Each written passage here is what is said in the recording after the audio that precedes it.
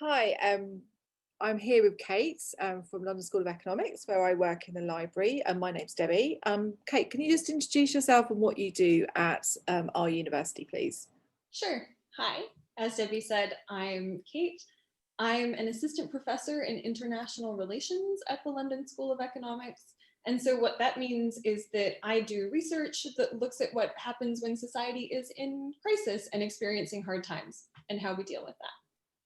So, obviously, talking about a country in crisis and in hard times, obviously, Britain has been in crisis because of the COVID pandemic in the last year or so.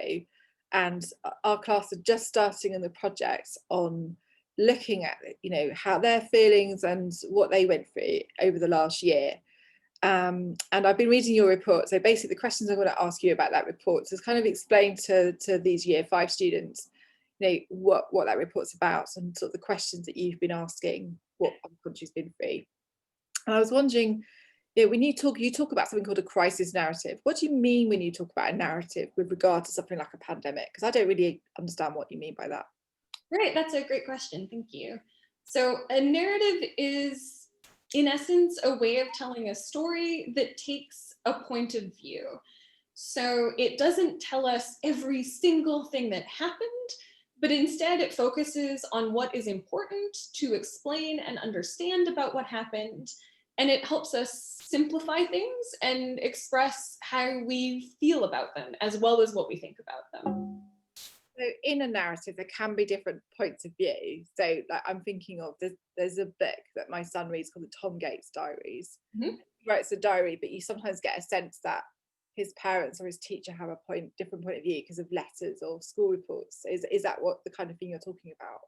Yeah, absolutely. So in the book, Tom is producing a narrative about his experience, what's important to him, how he is experiencing the world.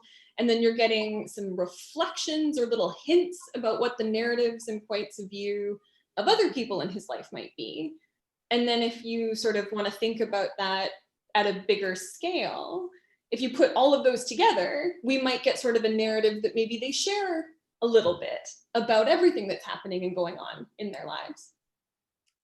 So thinking about narratives and thinking about what we remember.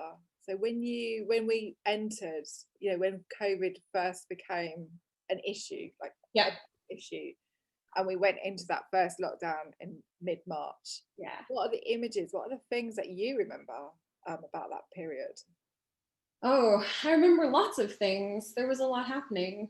I remember there being long lines at airports and train stations as people tried to get home to their families before lockdown, and also being sad and a little disappointed if that wasn't possible and they had to stay where they are in order to help keep people safe. I bet everyone remembers a lot of pictures of very tired medical workers, doctors, nurses, care workers, cleaners in the personal protective equipment, so the mask and the gowns, who were working really, really long hours to try and help the people who were sick. I remember walking through my neighborhood and seeing the rainbows that people had colored and put up in their windows to show their support and to thank people who are working in the NHS, National Health Service. I remember seeing on the news that there were temporary hospitals being built just in case there was not enough room and equipment in the hospitals we already had for the people who might become sick. I remember watching the government on the news every night telling us how many people had become sick and unfortunately how many people had died. And I also remember seeing lots of photos of people talking to their parents or their grandparents on the phone, especially through windows or outside at care homes, because they weren't able to visit them in order to keep them safe. There was a lot going on. There was a lot. I mean, there still is a lot going on, isn't there? Yeah.